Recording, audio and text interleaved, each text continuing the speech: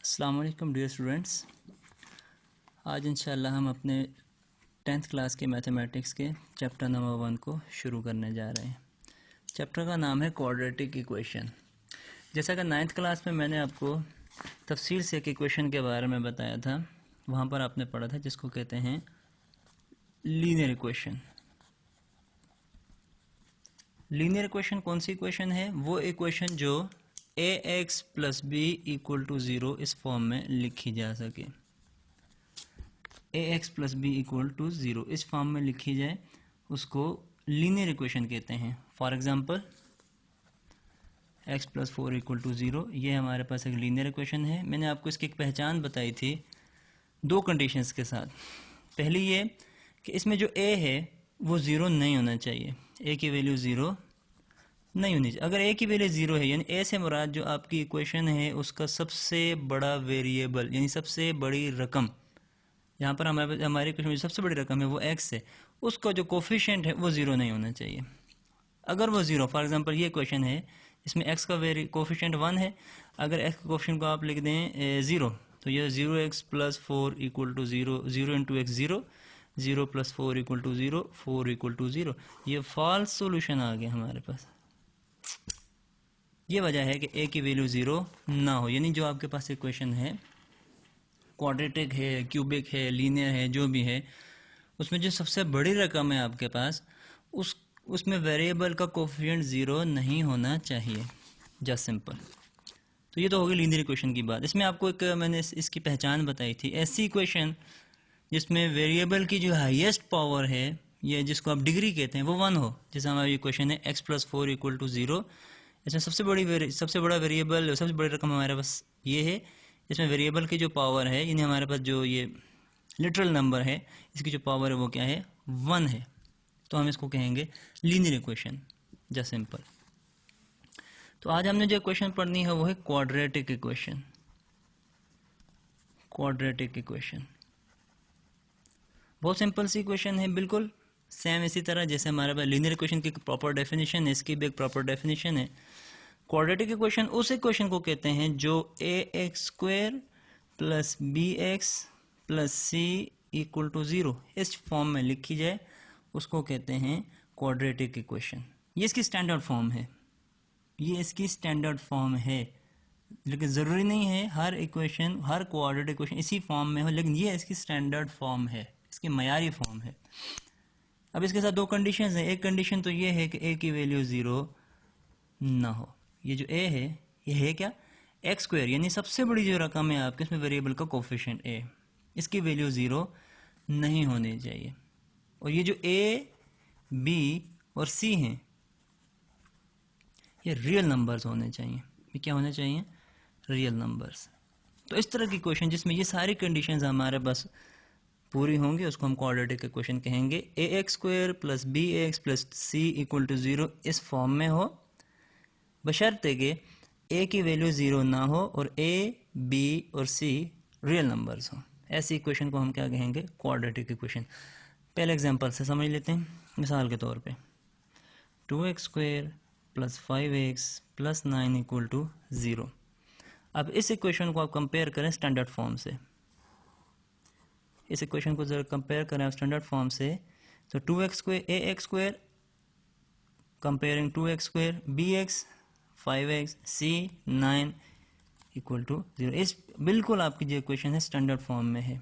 a की value आपके पास 2 है, b की वैल्यू आपके पास प्लस 5 है, c की वैल्यू आपके पास प्लस 9 है। ये क्वेश्चन हमारे पास बिल्कुल स्टैंडर्ड फॉर्म में है। और A B C real number होने चाहिए, तो देख सकते हैं आप 2, 5 और 9 तीनों हमारे पास रेशनल नंबर यानी रियल नंबर्स हैं। तो ये हमारे पास एक क्वाड्रेटिक इक्वेशन है। कंडीशन को दोबारा सुन लें गौर से, ए की वैल्यू 0 नहीं होनी चाहिए। मैं एक और इक्वेशन लिखता हूँ यहाँ पर।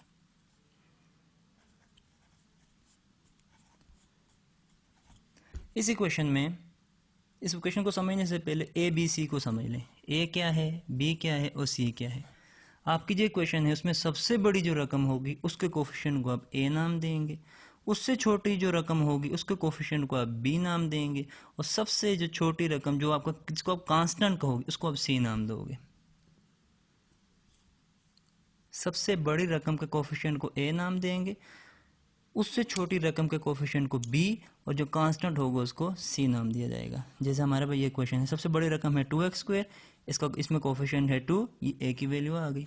उससे छोटी है +5x, इसमें कोफिशिएंट 5 है, +5, ये b की वैल्यू आ गई। और आखिर में वो रकम जिसमें कोई वेरिएबल जिसके साथ ना हो, यानी कांस्टेंट, ये हमारे पास किसकी वैल्यू आ गई, c की वैल्यू आ गई। इस इक्वेशन में आ जाए अगर, तो यहाँ पर सबसे बड़ी रकम है जी x², उसको कोफिशिएंट है 4, a की वैल्यू हमारे पास आ गई 4, और -9 हमारे पास क्या है, इसके साथ कोई वेरिएबल नहीं है, लिहाजा ये हमारा कांस्टेंट है, यानी ये c की वैल्यू है -9। b किधर है, b इस इक्वेशन में है ही नहीं सिरे से, b की जगह हमारे पास कोई रकम नहीं है, तो हम इसको कंसिडर कर लेंगे b = 0। नहीं, b नहीं है ना, नथिंग, 0 मीन नथिंग, b नहीं है हमारे पास, b की वैल्यू क्या है, 0। कंडीशन ये है a की वैल्यू 0 नहीं होनी चाहिए।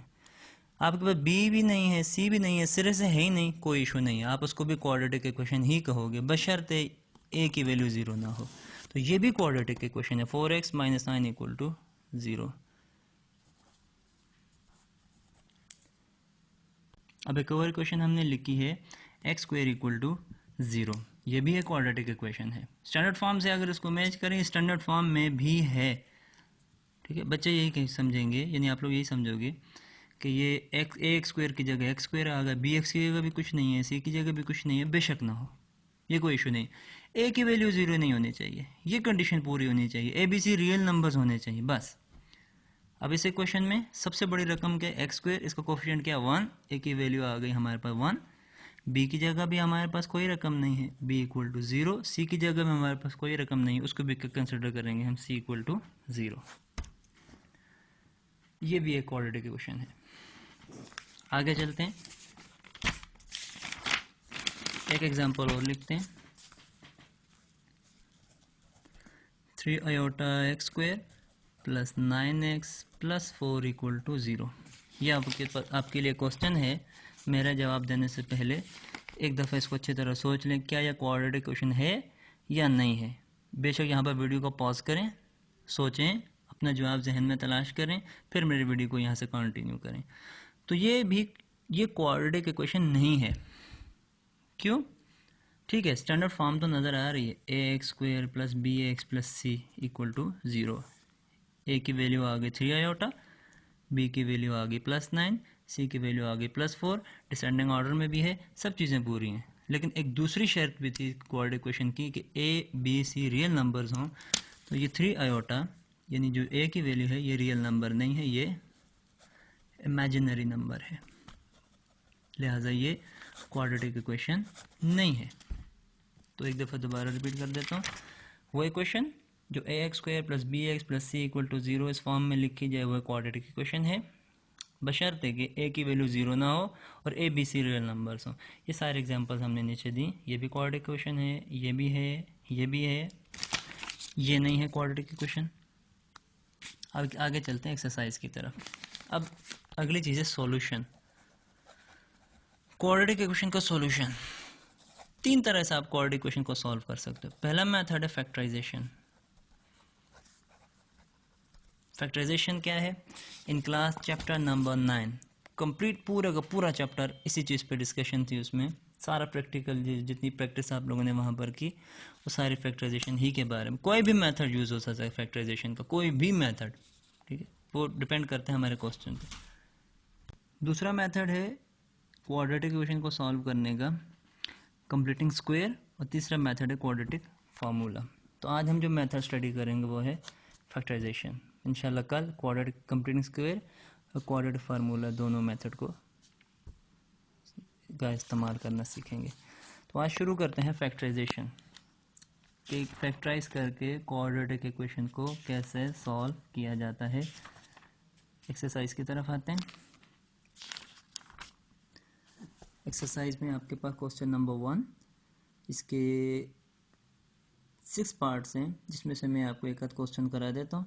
अच्छी तरह से सारे बेसिक्स को समझने के बाद फिर बाकी क्वेश्चंस करके आपने मुझे अपनी असाइनमेंट भेज देनी है। क्वेश्चन नंबर 1 है, किसी भी इक्वेशन को क्वाड्रेटिक इक्वेशन को फैक्टराइजेशन मेथड से सॉल्व करने से पहले या किसी भी मेथड से सॉल्व करें, पहला काम ये करना है, इक्वेशन को आपने स्टैंडर्ड फॉर्म में लाना है। इक्वेशन को आपने स्टैंडर्ड फॉर्म क्या है, ax² plus bx plus c equal to 0, इस फॉर्म में। अगर इस फॉर्म में इक्वेशन है तो ठीक है, कंटिन्यू करें, फैक्टराइजेशन शुरू कर दें। अगर नहीं है, पहले इक्वेशन को स्टैंडर्ड फॉर्म में लाएं, फिर उसके बाद उसको फैक्टराइज करना शुरू करें। जैसे कि यहाँ पर आप क्वेश्चन नंबर 1 के 6 पार्ट हैं। क्वेश्चन 1 आप देख सकते हैं। क्वेश्चन 1 में आपके पास जो इक्वेशन है x² plus 5x plus 4 equal to 0, ये स्टैंडर्ड फॉर्म में है, इसमें कोई रद्द बदल करने की ज़रूरत आपको नहीं है। इसका तीसरा पार्ट ये भी देख सकते हैं आप, स्टैंडर्ड फॉर्म में है। इसका चौथा पार्ट ये भी देख सकते हैं आप, स्टैंडर्ड फॉर्म में है। ठीक है, दूसरा पार्ट ये भी तकरीबन स्टैंडर्ड फॉर्म में है, यानी सिंपल फैक्टराइजेशन है, इसको करेंगे आप खुद समझ जाएंगे। जबकि पांचवा और छठा पार्ट थोड़ा सा गौर से देखें, ये स्टैंडर्ड फॉर्म में नहीं है क्वाड्रेटिक इक्वेशन, लेकिन स्टैंडर्ड फॉर्म में नहीं है। ax² plus bx plus c equal to 0, इनको स्टैंडर्ड फॉर्म में लाने के बाद इनको आपने फैक्टराइज करना है। आते हैं अपने पहले क्वेश्चन की तरफ। ये हमारे पास एक क्वेश्चन है जो कि ऑलरेडी स्टैंडर्ड फॉर्म में हमें दिया हुआ है। लिख लें आप लोग अपने पास। a की वैल्यू हमारे पास है 1, b की वैल्यू हमारे पास है 5 और c की वैल्यू हमारे पास है 4। इसको हमने फैक्टराइज करना है। तो फैक्टराइजेशन के बहुत सारे मेथड्स हैं। ठीक है, सबसे पहले चीज़ तो ये डिसेंडिंग ऑर्डर में होना चाहिए आपका सारा पूरी क्वेश्चन आपकी। उसके बाद अगर कुछ कॉमन हो तो वो आपने कॉमन ले लेना है, जो कि यहाँ पर ऐसा कुछ भी नहीं है। ठीक है, उसके बाद आपने फैक्टराइजेशन शुरू कर दी। तो यहाँ पर कौन सा मेथड होगा फैक्टराइजेशन का जो इस्तेमाल होगा, ठीक है, 9th क्लास में अगर आपने चैप्टर नंबर 5 अच्छी तरह स्टडी किया है, उसकी अच्छी प्रैक्टिस की है, तो इंशाल्लाह आपको ये करने में ज़रा दिक्कत नहीं होगी। फिर भी मैं आपको ये दोबारा रिपीट करा देता हूँ। पहला काम आपने ये करना है, इस क्वेश्चन में तकरीबन सब क्वेश्चन में ये मेथड यूज़ हो रहा है। ये करना है आपने, अपने पास a और c का प्रोडक्ट लिख लेना है। तो हमारे पास a की वैल्यू 1 है, c की वैल्यू 4 है। प्लस 1 प्लस 4 मल्टीप्लाई करने का तरीका क्या है, पहले साइन मल्टीप्लाई करते हैं, प्लस इंटू प्लस, प्लस लिखने की ज़रूरत नहीं है। 1 4 ज़ा 4, तो AC का प्रोडक्ट हमारे पास आ गया 4। और उसके साथ आप लिख लें middle number B। Middle number B है हमारे पास 5। अब हमने क्या करना है, ऐसे दो नंबर्स मालूम करने हैं। गौर से सुनिएगा। इक्वेशन लिख ली स्टैंडर्ड फॉर्म में, अब आपके पास जो वैल्यूज़ है ABC की वो वैल्यूज़ लिख ली। ये कम रफ फर्क में करना है। ये प्रैक्टिस है एक फैक्टराइजेशन के एक मेथड की। जब आप इसको कर करके आपकी प्रैक्टिस अच्छी हो गई, ये प्रोसेस फॉलो करने की, ये प्रोसीजर फॉलो करने की ज़रूरत नहीं पड़ेगी आपको। लेकिन यूँ समझ लेंगे ये प्राइमरी मेथड है एक तरह से। तो AC के प्रोडक्ट लिख लें, अपने पास लिख लिया। मिडल नंबर B जो आपके पास है वो लिख लिए। अब आपने ये करना है, आपने ऐसे दो नंबर्स मालूम करने हैं, ऐसे दो नंबर्स जिनको मल्टीप्लाई करें, यानी जिनका प्रोडक्ट 4 के बराबर है और जिनका सम 5 के बराबर है। ऐसे दो नंबर्स हमने मालूम करने हैं, जिनका प्रोडक्ट 4 के बराबर है और जिनका सम 5 के बराबर है। ऐसे दो नंबर्स हमने मालूम करने हैं। नंबर मालूम करेंगे हम इस प्रोडक्ट की मदद से, और उसके साथ जो साइन कन्वेंशन होगी वो इसकी मदद से होगी, मिडिल नंबर की मदद से। तो 4 की तरफ जाते हैं जी। 4 की मदद से, यानी आपको जो AC का प्रोडक्ट है उसकी मदद से नंबर मालूम करेंगे, इसकी मदद से। ये नंबर आ गए, फिर आपने साइन कन्वेंशन करनी है। साइन क्या होंगे उनके साथ, बिल्कुल एक्यूरेट होना चाहिए। अक्सर ऐसा होता है नंबर मिल जाते हैं लेकिन जो उनके साइन होते हैं वो ठीक नहीं होते। मैं उसकी भी आपको एक मिसाल देता हूँ। 4 हमारे पास प्रोडक्ट है। 4 ऐसे नंबर्स मालूम करने जिनका प्रोडक्ट 4 हो, और जाना है टेबल वाइज। 1 के टेबल में आ जाए। 1 के टेबल में 4 कैसे आते हैं, 1 और 4 का प्रोडक्ट है, 1 4 ज़ा 4। ठीक है, उसके 1 के टेबल में अगर नंबर ना मिले तो 2 के टेबल में चले जाएं, 2 के टेबल में ना मिले तो 3 के टेबल में चले जाएं, 3 में ना मिले तो 4। ऐसे कंटिन्यूसली जाते जाए। इस स्टेप को फॉलो करेंगे, नंबर ढूंढने में आपको प्रॉब्लम नहीं होगी। तो 1 के टेबल में 4 देखा तो 1 4 ज़ा 4, दो फैक्टर आ गया हमारे पास 1 एंड 4। अब चेक करते हैं, ये तो हमें मिल गया कि 1 और 4 का प्रोडक्ट 4 के बराबर आता है। अब 1 और 4 का सम 5 आना चाहिए। तो 1 और 4 का सम 5 कैसे आएगा, साइन कन्वेंशन होगी। अब इनके साथ या दोनों के साथ प्लस का साइन होगा, या दोनों के साथ माइनस का साइन होगा, या बड़ी रकम के साथ प्लस होगा, छोटी के साथ माइनस, या बड़ी के साथ माइनस, छोटी के साथ प्लस। तो साइन कन्वेंशन करनी है आपने अच्छी तरह देखनी है। तो यहाँ पर दोनों के साथ प्लस का साइन होगा, तो इन दोनों का सम +5 आएगा। तो ये वो दो नंबर्स आ गए हमारे पास जिनका सम मिडल नंबर बी के बराबर है और जिनका प्रोडक्ट AC यानी 4 के बराबर है। फिर आपने ये करना है, नंबर मिल गए अब आपके पास।